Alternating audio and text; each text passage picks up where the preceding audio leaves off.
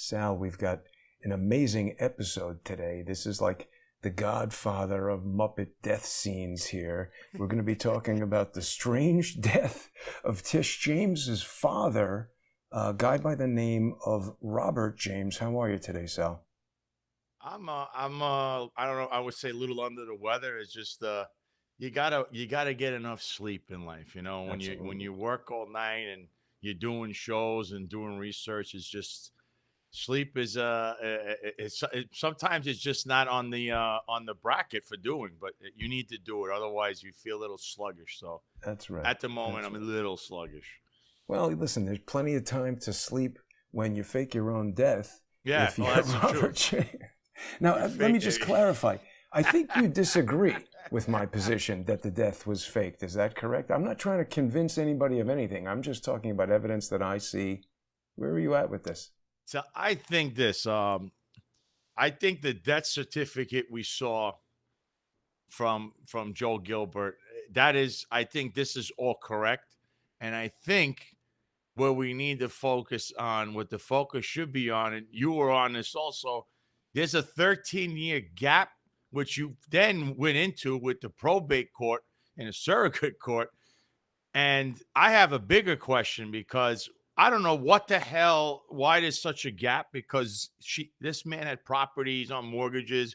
You got into the whole company Cadillac, which was Cadillac funding or whatever they call themselves. They didn't, I mean, they were already in problems.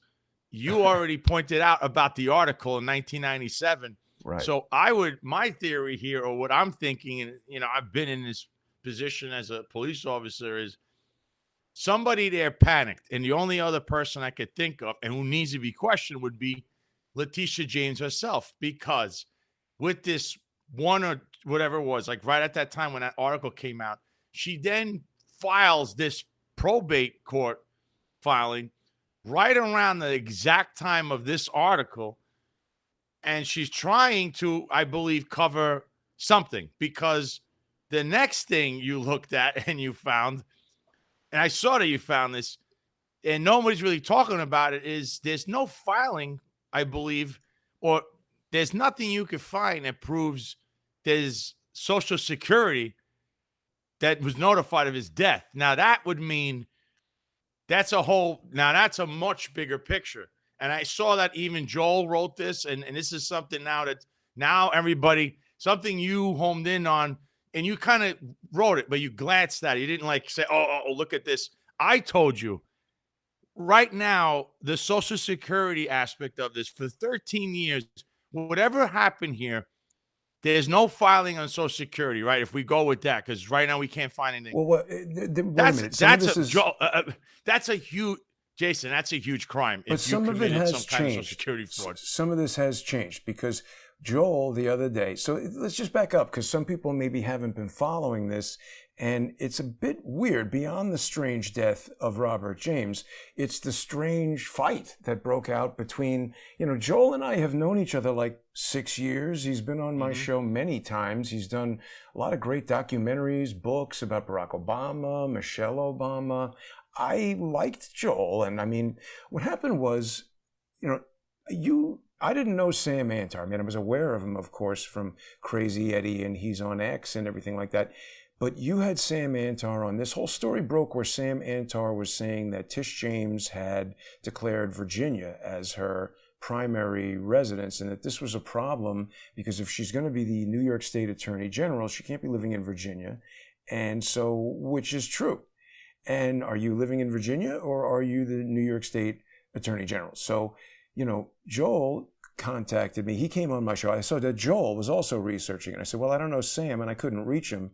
But I got to Joel, and Joel came on the show, and we did a show about his research. And then Joel contacted me a couple days or weeks later and said, hey, I'm coming to New York. Do you want to do a video with me and Sam? We're going to go over and investigate Tish's property, the one in question. I think it was 296 Lafayette. I'm not sure which one, but they invited me to go with them, and I couldn't do it. I was in Allegheny. I was in Pennsylvania suing the medical examiner over stuff to do with the Butler July 13th assassination attempt. The other fiasco, yeah. Exactly. So I was kind of sad that I missed that, and I started following what they were doing a little bit more closely, and I started finding some crazy things. This was April 29th, just like, 3 weeks ago or something. And I said, well, everybody knows I like doing AI and cool graphics to capture people's attention. I tried to make this heroic image of Sam and Joel taking on this money tornado that Tish James was cracking open, because I was talking with Charles Ortel about this, and we started to find that in addition to this declaration that she was married to her father, which obviously seems like fraud, that she was doing things more recently that she had. Now, I said she took out a lien, so Joel didn't like that language. He says it's a loan. I've spoken to some mortgage experts who say, yeah, Jason, this is sort of awkward language for the industry, but you're technically right that you take out a loan, you get a mortgage, the bank has a lien on your property because they're going to come and take it. Just Joel got very upset about this whole tweet storm. What I was trying to get at is we found she was doing stuff with nonprofits, and I'm not trying to horn in on their investigation. This is what initially caught my attention, is that there was something to do with this neighborhood housing services of NYC. And I said, wait a minute, that sounds a lot like the Neighborhood Association of Intercultural Affairs, which you might recall, Sal. That was the private security thing at the Walcott Hotel that threw me out when we had that whole Detective Johnson, Hugh Johnson thing. So I'm like, wait a minute, is Tish James tied into this Eric Adams nonsense with the whatever's going on at the Walcott Hotel?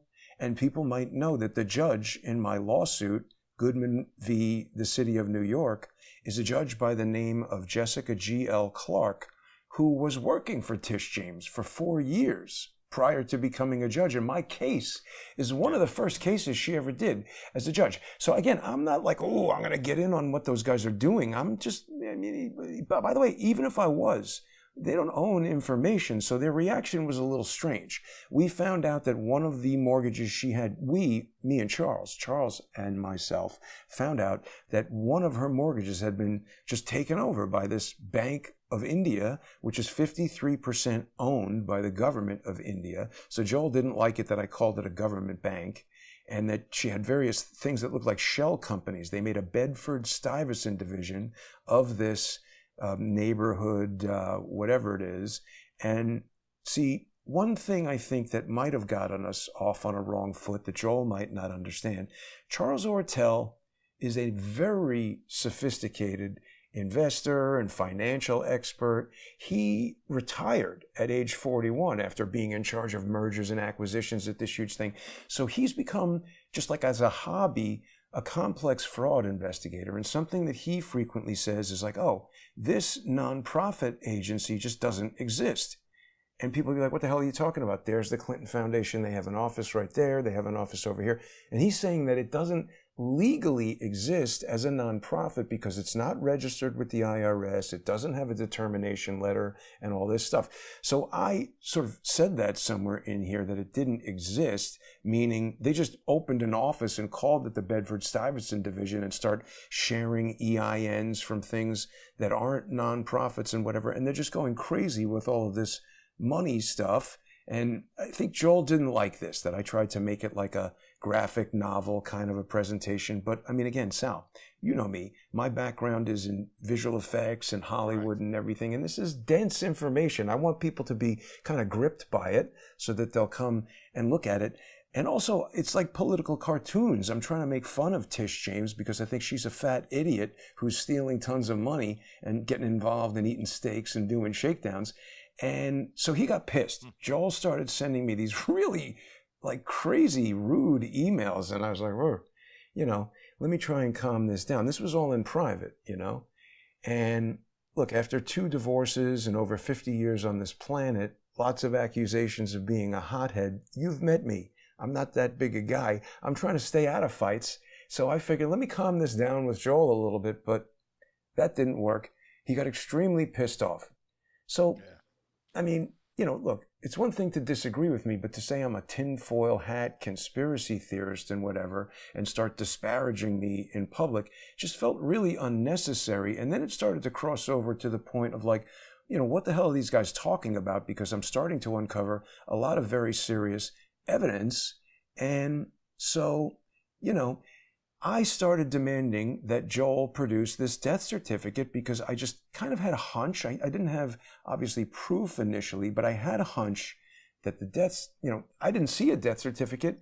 I didn't see a lot of evidence that the father was dead. Public databases that anybody can subscribe to, Radaris and People Finder or whatever, they said the mother was dead, but they did not say that the father was dead. And I was like, well, that's weird because the mother died in 2010. And when we look at Tish James on Wikipedia, this is pretty weird, Sal. And the other thing I really like about yours and my collaboration, which we're like at 6 months now. So, we've been doing a lot of great shows. But when we get into this mode, and you've said it many times, a lot of people who watch your show are retired NYPD, active NYPD, and they say, this guy Goodman, he's just a conspiracy theorist throwing out nonsense. So very often when we get into these kind of conversations, you have a tendency to lean into your police background and be extremely skeptical in the way, and I had experienced this one time. I went to the NYPD to report a crime and was talking to detectives, and they talked to me for like an hour and then brought in this woman from like the legal department or whatever, who was the person who was deciding whatever, if they're going to charge this or what. And that lady, just whatever I said, she was like, nope, nope, nope. So I presume you have had that experience when you want to arrest somebody or charge somebody, whatever. There's somebody at the police who is just super skeptical, says that's not evidence, even though you think it is. And I like it when you do that, because we're going to do that today, because I see anomalous evidence, and we still can't really make a conclusion. I might be making some conclusions, but these are my personal opinions.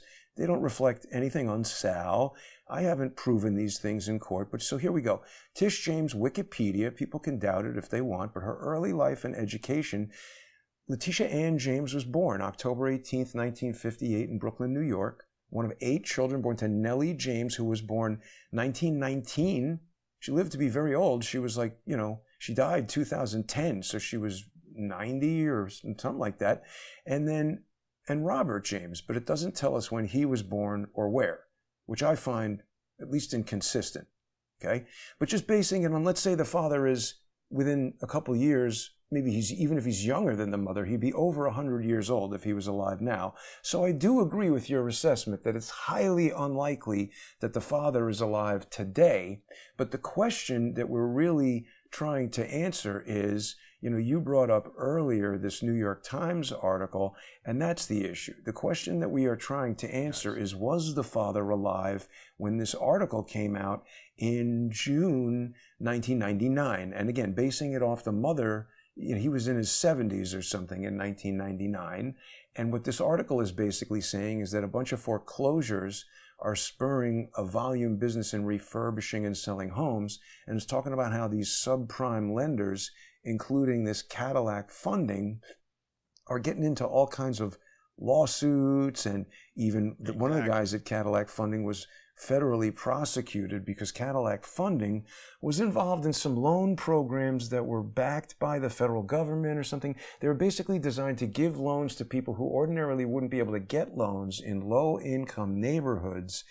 And I presume because the government wanted to promote, families and whatever, you had to be married to get one of these loans. So Joel has said a number of times that she's declared on this loan. Maybe she's trying to get a favorable rate.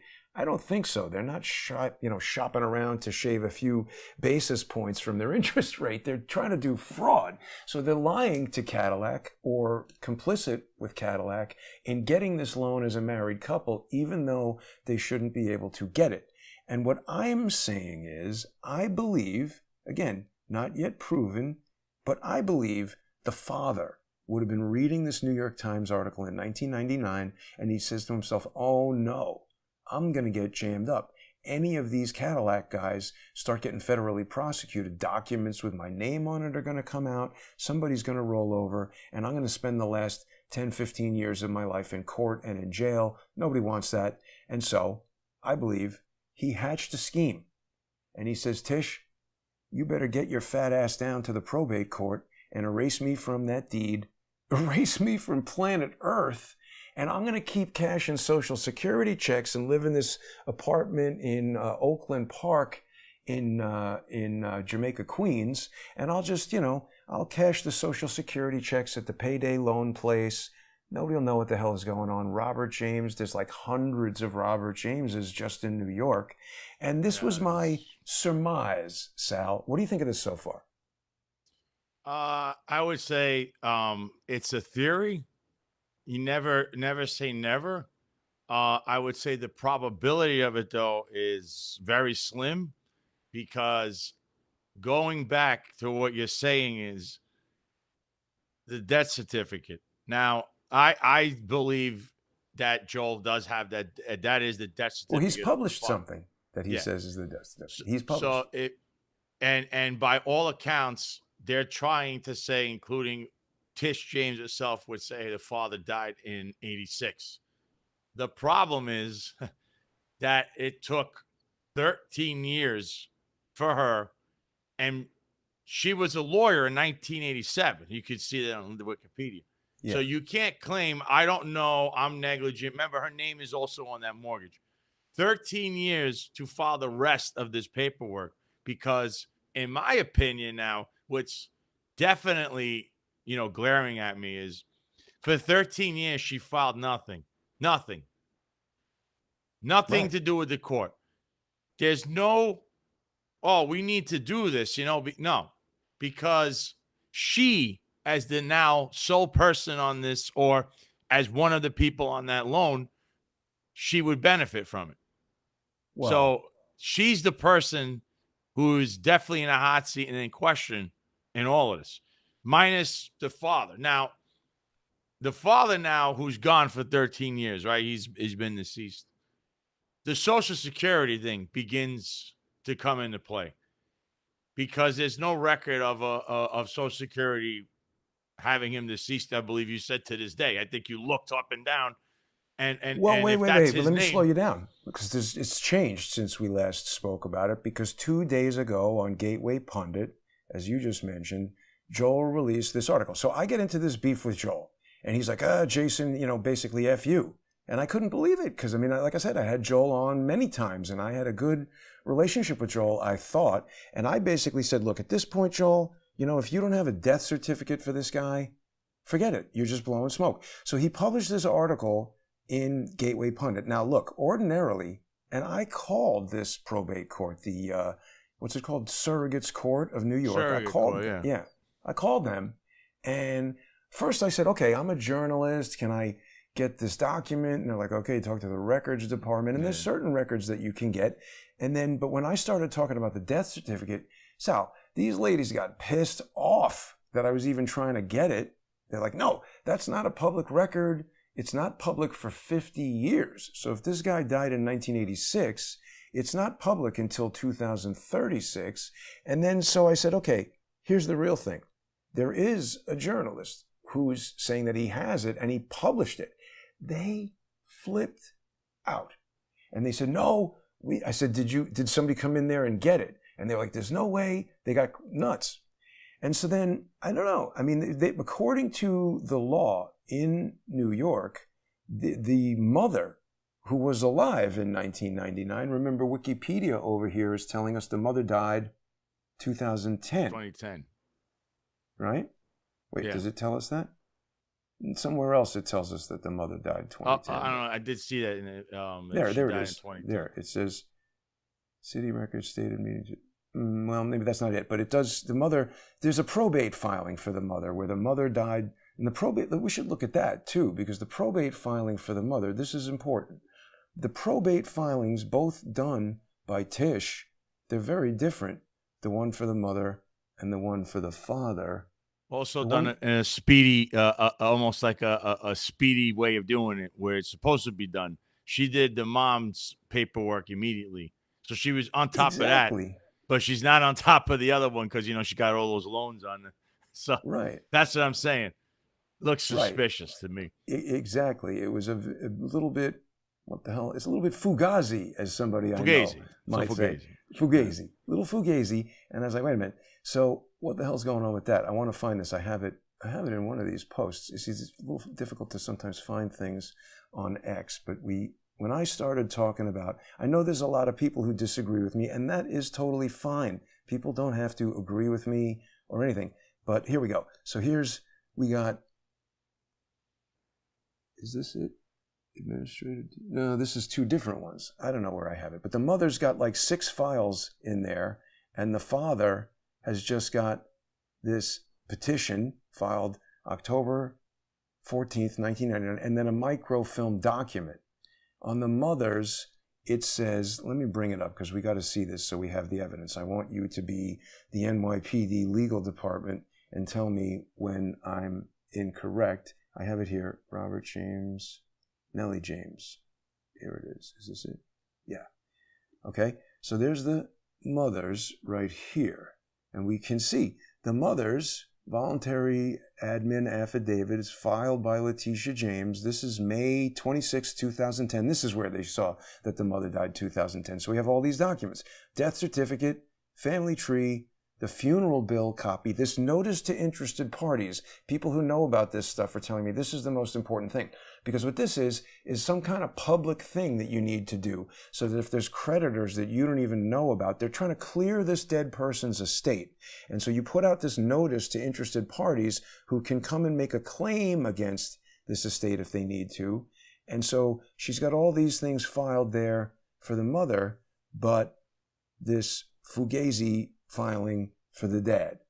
And it's a problem, and we're sort of like, why is that? We don't understand. Why do we have only administration petition, which is like a legal document written by Tish saying, hey, I'm going to run this, and then this microfilm. Now, to be fair, 2010, this thing has probably obviously gone digital. In 1999, you're probably still filing paper. When were you in the cops, Sal? What years? From 08 on. Okay. So in 1999, I could believe that it was still paper filings. The city is behind. Government stuff is always behind on technology. Yeah, I would say paper filings. Yeah. Right. And that's why that thing is microfilm, because it was paper at one point. Then they film it. And it's going to be some kind of a scan of the microfilm. And that seems to be what Joel had was... he got, I guess, I don't know how Joel got this. Do you have any insight into where Joel got this from? Because these ladies at the court seem to think it was like trying to break into Fort Knox to get one of these. No, I would say, I think this could happen. So you could do 4 requests. You could do requests. You could subpoena things in court. And sometimes in these trove of documents would be another trove of documents. You're like, what is this about? But it has something to do with whatever it is you looked at. So you raised two good points. You raised 2 valid points. Could be a mistake that he got it, or could have gotten it from somebody else. Because the ladies at the court said to me that the only person who has this is the administrator of the estate or anyone who had a legal claim against the estate and went to court and got a ruling that said you need to give the death certificate because this person's trying to sue. Like if somebody contested the ownership of that apartment that she's saying, hey, my father's dead and I own it, that person could sue the estate. And if the judge says, okay, based on your evidence, boom, here's the thing. Go call these pissed off ladies at the surrogate court and get your copy of the thing. But I don't know. Joel, he hasn't told me how he got it, obviously. And just from knowing him and watching his movies, that is his shtick. He goes, if he's investigating somebody at the University of Chicago, he goes there to their library and pulls documents and goes to the records room and all this. So I assumed, he hasn't told me, I just assumed, because he also came to New York with Sam. They made a bunch of videos at the Tish, and this was good. I was sad that I missed this because they went to the actual apartment and, checked the electric meters and how many units were at the apartment, because this was another thing they were claiming was a fraud. So that's good gumshoe journalism. Mm-hmm. And I just presumed while Joel was in New York, he probably went to the court and got this thing. But it was yesterday that I called them and they like bit my head off at the notion that I wanted to get a copy of it. And so I don't know how he got it. I'd like to know how he got it. But I would say more than likely it's part of some other case or something and the trove of documents is in that. So because it's public or part of a case, that's It's how not you public. They said it's not public because there was well, no lawsuit against this estate. that you know of, No, these or ladies whoever. said at the court the only person who has it is the administrator of the estate. Now, maybe Tish James gave it to somebody in her family. There was another article. So maybe Joel was in touch with somebody in the family because he had an article about something about missing siblings or whatever. And if the father is setting the daughter up for fraud, I could easily understand if you had 8 brothers and sisters that some of them hate each other or who knows what. Somebody wants to get revenge on Tish James giving these documents to Joel. I don't know. But it would be interesting to know where the hell he got the thing from, because if he got it from the court and doesn't have this kind of lawsuit or a legal reason to have it, it's potentially a violation of the law, certainly to publish the thing. And I raised this with, I just was, tweeting at Jim Hoft. They don't care.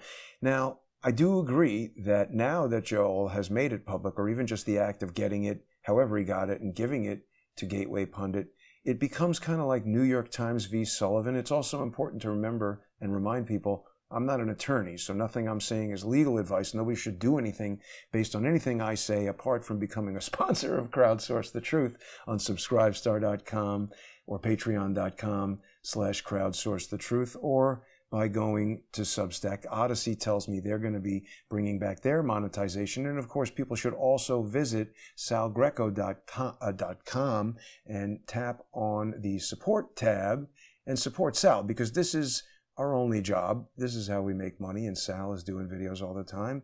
People should support Sal. But I'm not trying to give anybody legal advice. I'm not trying to give Jim Hoft legal advice. I was just like, hey, I don't know if you know this, because I didn't know it until I got yelled at, or you told me, and it was really reinforced by these ladies at the court. And it's somebody I spoke to about it said the reason they're like that is because that is like a vault of identity theft.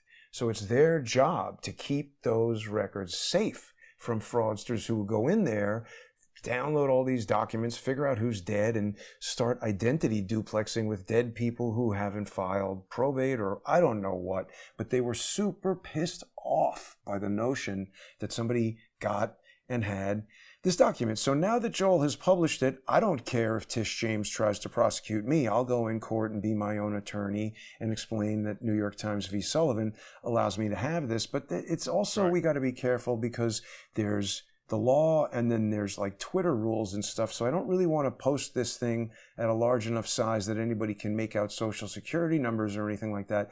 But there is a social security number in this document that Joel has published that's changed the landscape a little bit, and along the lines of what you were talking about, because I do listen to what you tell me, even if we get in arguments on the phone and I don't want to do it right away.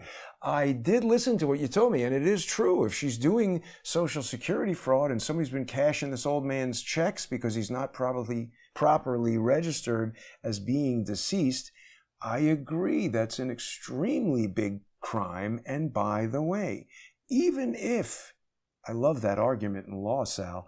Even if it's just a clerical error, and frankly, this would explain how Joel might be able to get it. This thing says microfilmed document. If you notice, the Nellie James says death certificate. So this is indexed with the New York State Surrogate Court, and that's why she's recorded as dead and the father isn't. Now, how that came to be, I don't know. But it's clear to see. I didn't make this. This is, go on the court and download this. This is a government document. This is what they would call self-authenticating evidence. I don't need anybody to raise their right hand and tell me that this is a legitimate document. It's considered by the state to be legit. And so the person at the cops who was yelling at me that I don't have evidence to do whatever I wanted to do 4 years ago can't say that about this. This is self-authenticating evidence that the mother is recorded as dead and the father isn't.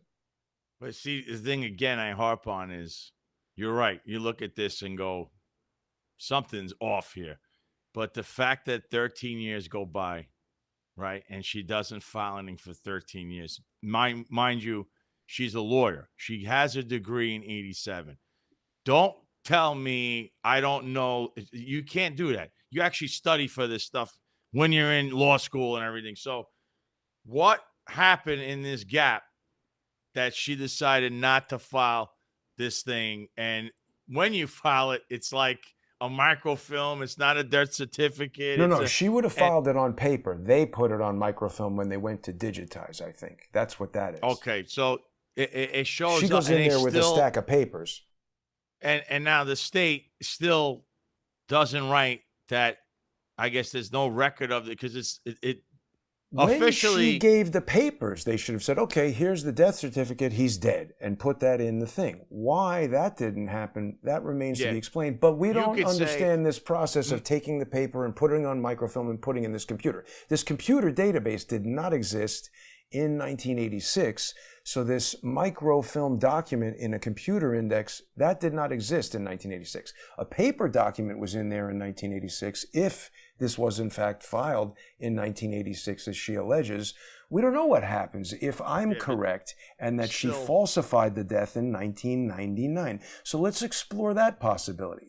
Because what I'm saying in my most recent article about this is Letitia James faked her father's death in 1999 and nobody can prove me wrong.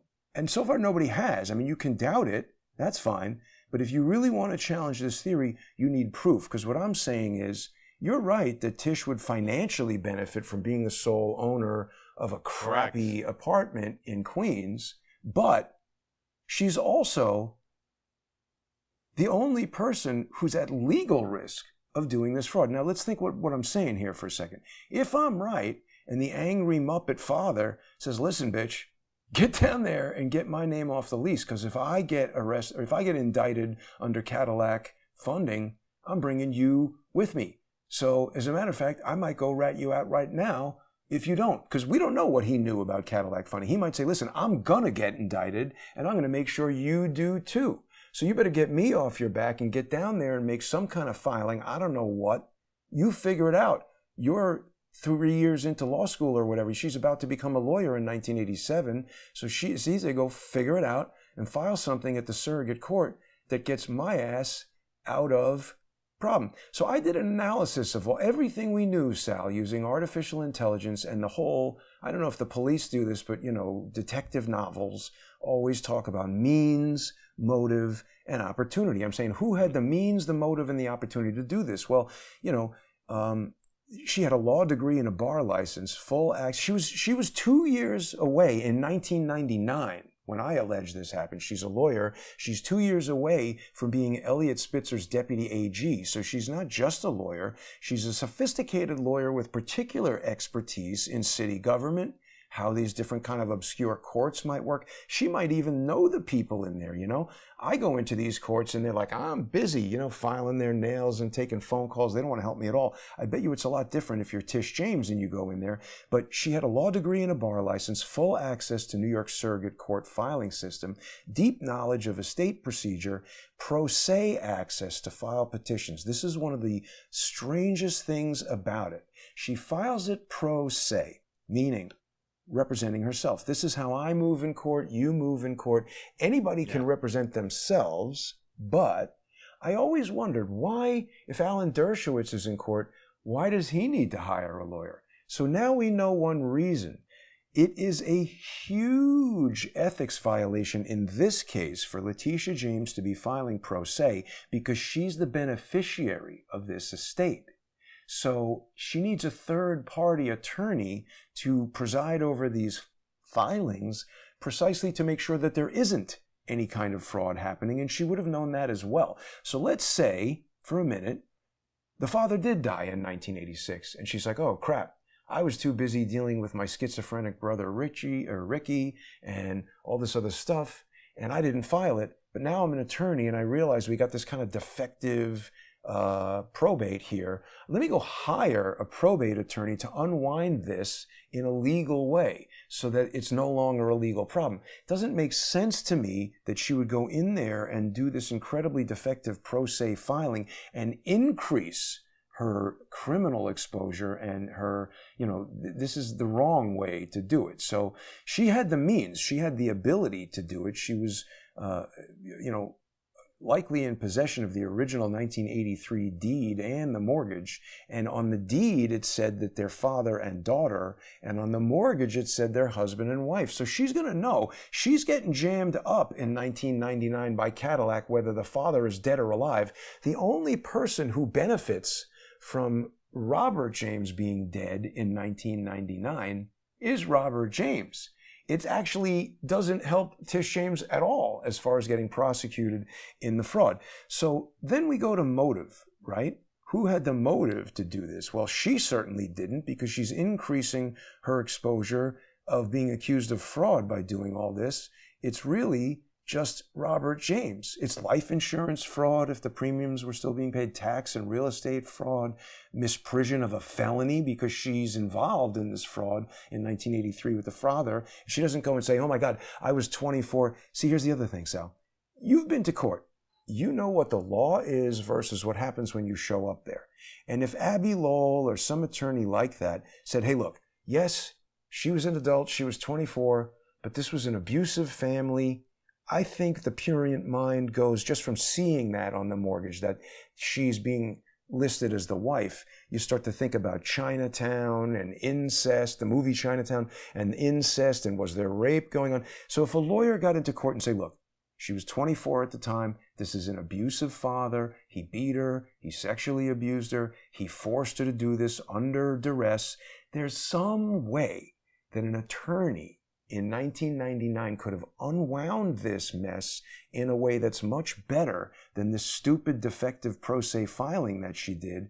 But that is not what she did. She did the pro se filing. So the motive here was basically, this is an amazing risk that she took by doing this. And the only person who had the motive was Robert James, and he motivates her by blackmail. So that makes her motive. She's going to get arrested if she doesn't do this, because the father has got her under threat.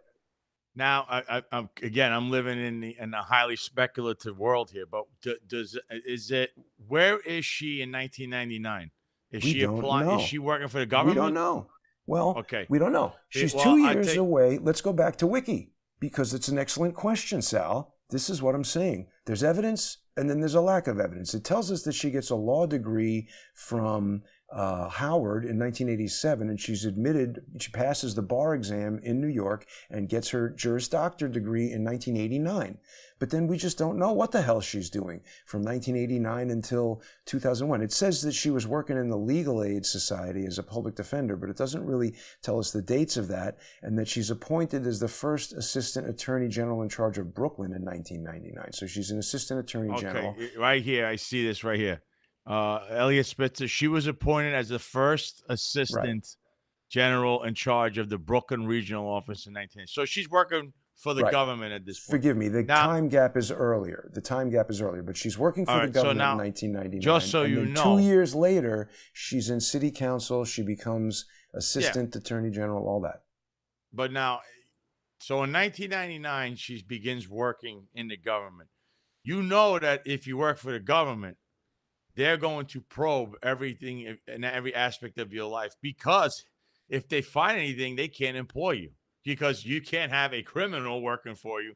Well, so, Elliot Spitzer, he got jammed up for criminal charges of paying a hooker, and they kicked him out. Yes, but he was elected. He got elected to well, who's he hiring? What about who Eric Adams is hiring? Criminals all over the place. I mean, I don't know. They might check him out, but she's hiding this stuff. Maybe they don't know.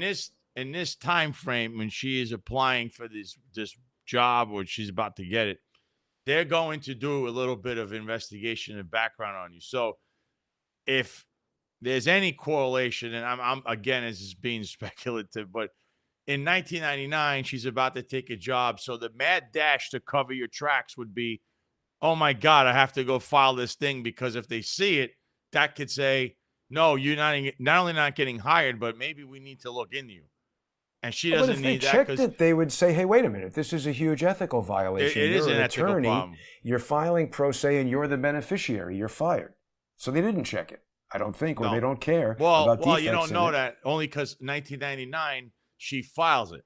So she kind of right there says she blocks anything from, but if the motive for filing it is that they're going to check it, Why wouldn't she hire a probate attorney? It's like $4,000 or $5,000 to get. It's not like this guy's, Elon Musk. He's got Jason, no assets, no debt. Jason, if you have a probate attorney, they're gonna say, "Why did you wait 13 years?" And she doesn't want to deal with somebody. I don't disagree, Sal. These are all That's the problem. Serious problems. Let me show you something else here, because Joel didn't go to this, and it's interesting. There's the this property 11404 Inwood Street. This is the property that they got this Cadillac mortgage for in 1983, and there's all kinds of problems with this. The thing is owned by a woman named Marie E. Rose. And the administrator of that estate, according to the mortgage documents that Joel published and that you can get from Acris, we can even show those, Marie Rose, her estate administrator is a dude, here, we got all this. This is the Acris database live right now, is Thomas Rose. So it's like, okay, probably the son, right? Marie Rose, Thomas Rose, whatever. But it turns out there's a lot of evidence that indicates Thomas M. Rose is a federal judge today in Ohio, Southern District of Ohio. Thomas M. Rose is a federal judge. And Thomas M. Rose, the same guy, was a lawyer in Ohio in 1983. And I start thinking, well, let's see, what if you're a predatory lawyer and you're looking around for these people who die, I believe it's called intestate, when you don't have a will. And they have these kind of like dangling assets out there, that one of the things that the probate surrogates court does is they assign receivers to these intestate estates where somebody has no will. And they're looking for lawyers or other people who are qualified under certain circumstances to handle the probate of these estates where there's no family, no will, etc. So if you were a predator with a common last name like Rose or whatever, common, Jones, you could look, that's Jones, a common name. Right. You could look around and see who's dying without a will. Let me get on this and take over this property. And then all the documents, when some nosy asshole like Jason comes along in 40, 50 years, the documents will look not suspicious because my name matches the dead old lady's name. Okay, fine. But the problem is I then went and looked up the probate filing, in this same digital database on the surrogate court. And here's a really weird thing. So we got the microfilm document. This is the questionable one in 1999, October 14th, 1999, filed by Tish James, her father's estate here, right, with the microfilm document. Okay, so that's October 14th, 1999. And then look at this. This is Marie Rose, the owner of that property that they got the Cadillac loan for. It's filed October 14th, 1982, but it does not have the name of the administrator on there, which is, first of all, makes this defective. Second of all, it should say Thomas M. Rose, but this, to me, Sal, reeks of a nervous, inexperienced criminal filing a lot of forged documents on October 14th, 1999, saying, oh shit, I gotta backdate this dead lady's thing so that it makes sense that we bought the house from her estate in 1983, and since it's October 14th, I'll just change the year. That's a weird coincidence that it's the same day. Both documents are filed on the same day? Well, that's what I'm alleging. This one says it was filed on October 14th, 1982, and this one says it was filed on October 14th, 1999.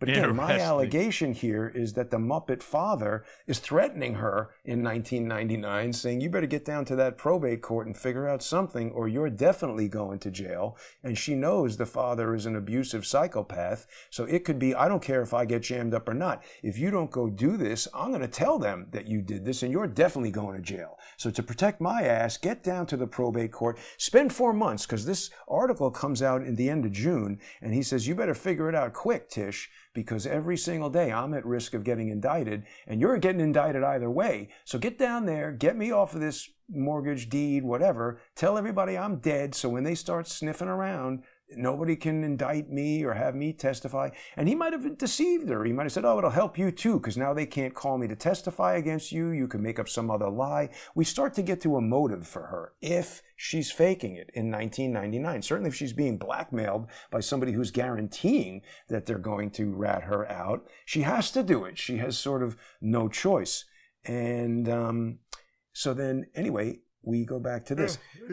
I tell you, this is like a rabbit hole that forget it. You could go on for hours. But this is evidence, looking at Sal. this stuff. Isn't this evidence?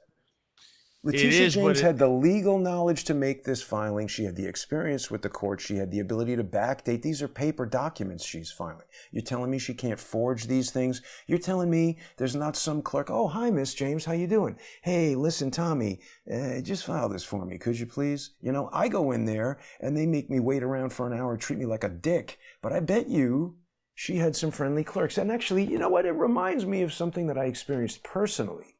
In the Eastern District of Michigan in 2022, there's a clerk there by the name of Richard Lurie, who I have developed extensive evidence that causes me to believe, other people might look at this evidence and come to a different conclusion, but it causes me to believe that this clerk in 2022 made an illegal forged filing to help George Webb and his retarded brother. Excuse me, he's not retarded, he's just an asshole. But the notion that you've got a crooked clerk in there who's willing to make filings to help somebody out, that's not beyond the realm of probability. And certainly if Tish James is getting blackmailed, she might motivate. She might know there's somebody in there who's got a drug problem, give him some drugs, give him some money, who knows what. Set him up with a girl, get the person out of the office and do the filing herself some way. Who the hell knows what? But she had the ability to backdate paper documents, omit things, exclude things, the possibility of friendly clerks. She had the opportunity, Sal. Okay? And then I'd say this. I mean, yeah, you bring up a valid theory here, because again, we can't really 100% back anything up other than whatever documents we have, and even those look jumbled. And the bottom line here is, I think, and from what I could tell, and this is me, and if I was to throw my hat back on and say I'm a cop again, yeah, you're the legal department. The father, I think, really. Because these documents have to have some kind of truth to it or something in there. I think that he definitely passed away on that death certificate that Joel has. The rest of what's going on is the madness of this woman, who we already have seen has a history and a track record of questionable things, whether it be that 501c3, which you didn't even reference, which Sam Antar found was donating. She had 501c3 donating to her campaign in 2011 or 12, you can't which do is that. a felony. Yeah. Well, she did it. Well, so she's got a history of this. And then, as we know, Jason, who is she hanging around? And exactly. What is she doing? Jimmy Rodriguez, constantly. So if she is an arch criminal, that whole relationship starts to make sense. Okay. So, the death certificate. Sal, I know you got a tight time schedule and we're almost getting to the end of our hour. Let's at least begin to address this death certificate, because I allege what Tish James did is something that I refer to as posthumous identity duplexing. And if she did fake her father's death, how was Joel Gilbert able to present what appears to be a legitimate death certificate? It's published in apparent defiance of New York State probate law, but whatever, they chose to do it. It's quite elegant in its criminal brilliance. Letitia James didn't simply file a questionable probate petition. She might have executed a calculated act of posthumous identity duplexing. She would locate another guy in Queens named Robert James, who died sometime between 1983 and 1999. This is what lands us on 1986. It's a relatively arbitrary date relative to any of the transactions that are recorded, the refinancing, the sale of that property. Why 1986? All of the lawsuits with Cadillac didn't start until 1999. So he just needs to be, well, not all of them, but he's reading the article. He didn't know about them because he didn't have Pacer back then. No one's telling him about lawsuits unless he gets served with one or he reads about it in the paper. So So in 1999, he needs to be dead. And conveniently, there's a Robert James in 1986 who died. Let's steal his identity, use his credentials, his death certificate, put that in the file. That would be a good reason to have it not properly filed if you're Tish James and you say, look, I just need this probate document to get whatever, but I don't want this to go fully through the system to show that he's actually dead. Then I satisfy my father's need to keep getting paid with his Social Security checks, or whoever's getting those checks. Ricky can still live at the apartment. It starts to trigger a lot of these things. Again, it is a theory that would make sense if you could, as you putting it together. But again, the number one suspect here is Tish James herself, because there's the trail of all of this is someone who knows what they're doing, or going to claim they don't know what they're doing, and filing paperwork, not filing it conveniently. And then when other times when it needs to be done, everything's done in a timely manner as well. In other aspects, it's not. And then this woman goes on to be someone who's in charge of actually prosecuting people that do exactly what she did, which makes her an expert in this entire line of criminality, because she knows about it. So she can charge people knowing, hey, I've done it myself. Exactly. I know what you're looking for. I've done it myself. So it would be this could be a complete quagmire if this could somehow be proven and she could be prosecuted, because I'm sure she has prosecuted people and their only expertise on this is, hey, I did this, so I know how you did it because I did it.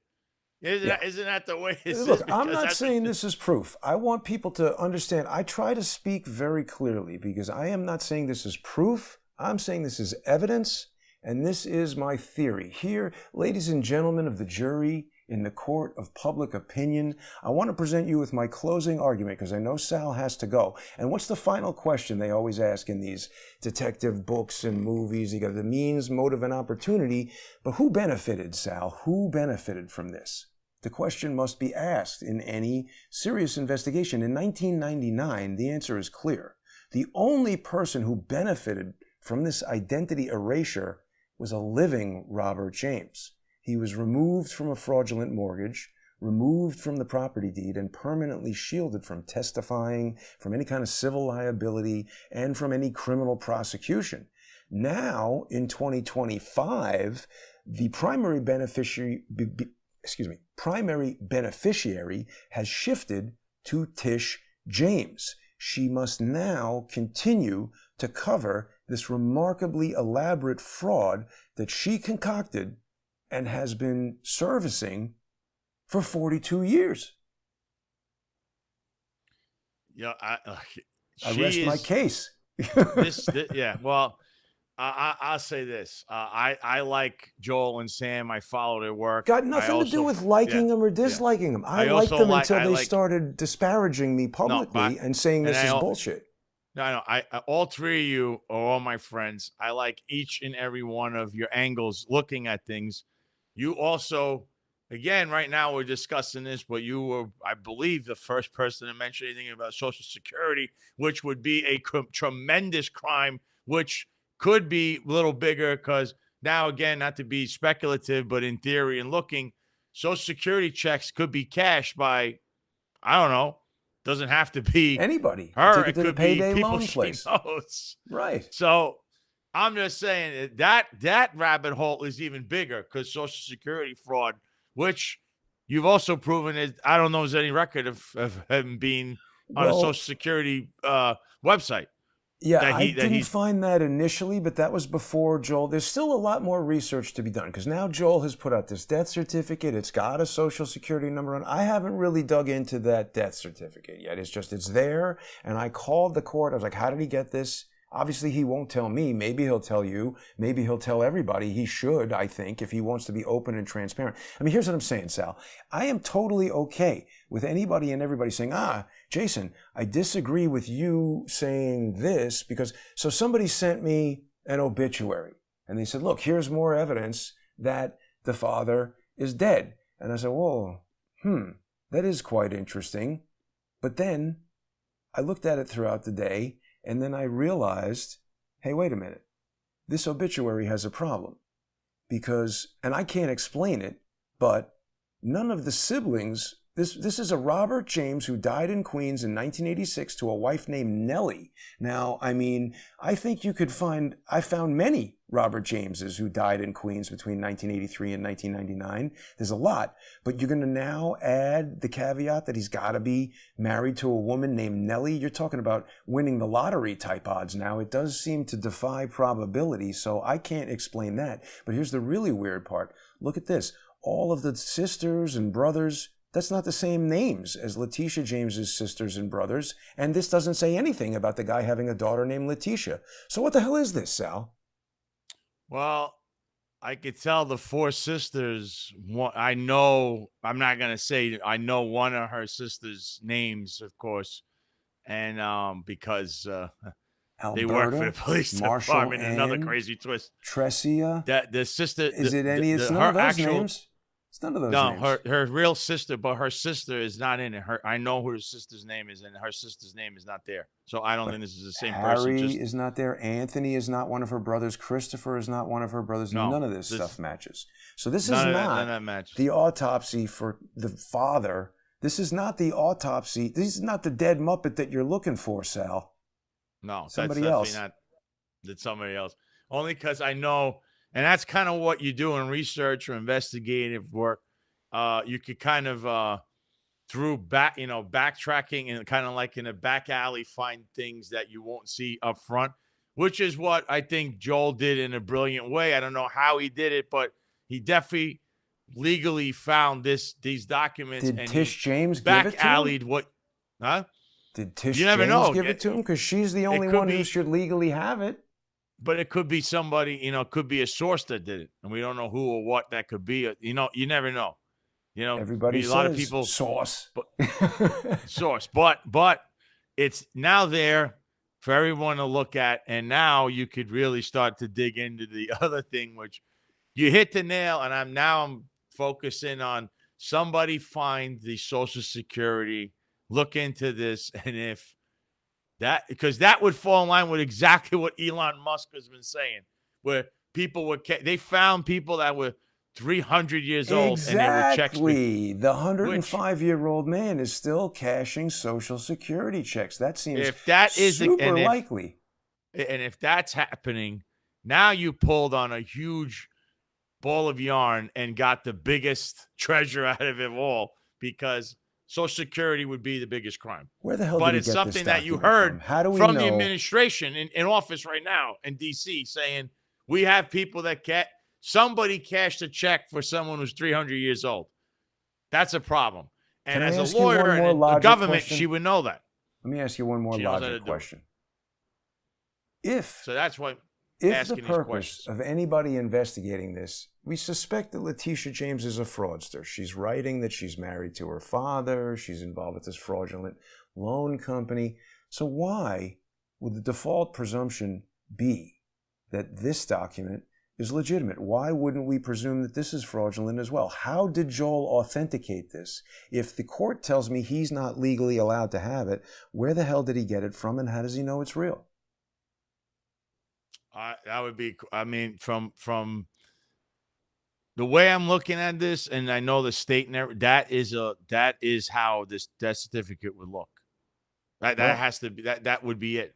It's a mystery right now, Sal. We're going to keep looking at it. I know you got to go. We're butting up right on the hour, so I want to thank you for another great show. I want to remind people that they can follow Sal at the Sal Greco on X. And people can also support Sal by going to his website, salgreco.com.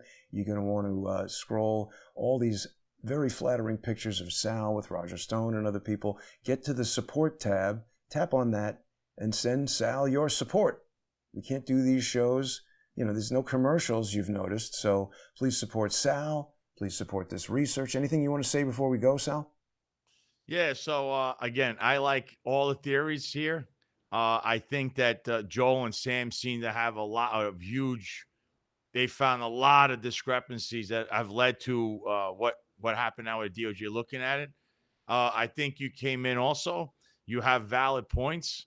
I think you were the first to point at the Social Security thing, which is a completely different ball of yarn, which would completely shatter this whole thing. It's a federal case off the bat, and it would actually fall in line with the Trump agenda and what Trump has been trying to stop, because they literally said somebody cashed a check for a 300-year-old person. So this would be like a fraud built on it's like a mountain of fraud, and it just compounds itself over. It just keeps getting higher. And she, who I kept telling people was the ringleader of whatever went on in that seedy place in the Bronx, her face smiling with a mob associate should ring a bell. And she's not stupid. She's a very smart woman, obviously, because she's duped everyone, including this now defunct funding company that was committing fraud on their own. It's unbelievable. It really is. She hasn't duped everyone, Sal. So listen, I want to thank you again. It's a great show. I hope everybody enjoyed this. Dig into this information, everybody. Tell me what I've got wrong. Help us figure this out. This isn't done. There's a lot more to figure out. And Joel, I say this too. Joel, if people are out there looking for who the hell was on the lawn at the Capitol on a certain day a few years ago, and you want to call yourselves online sleuths, whatever that means, you should grab these documents and start being a little bit of a sleuths and see what you can find and be a helping hand, because that's what people are asking for. That's how it started with Sam, then Joel, now you. And it could be somebody else waiting in the wings, seeing something that we don't even see or know about yet, because we're not looking at in the right field as far as what the documents in front of us say. Yeah. Now, with that, Sal, have a great weekend. Thanks for watching, everybody. I'm going to keep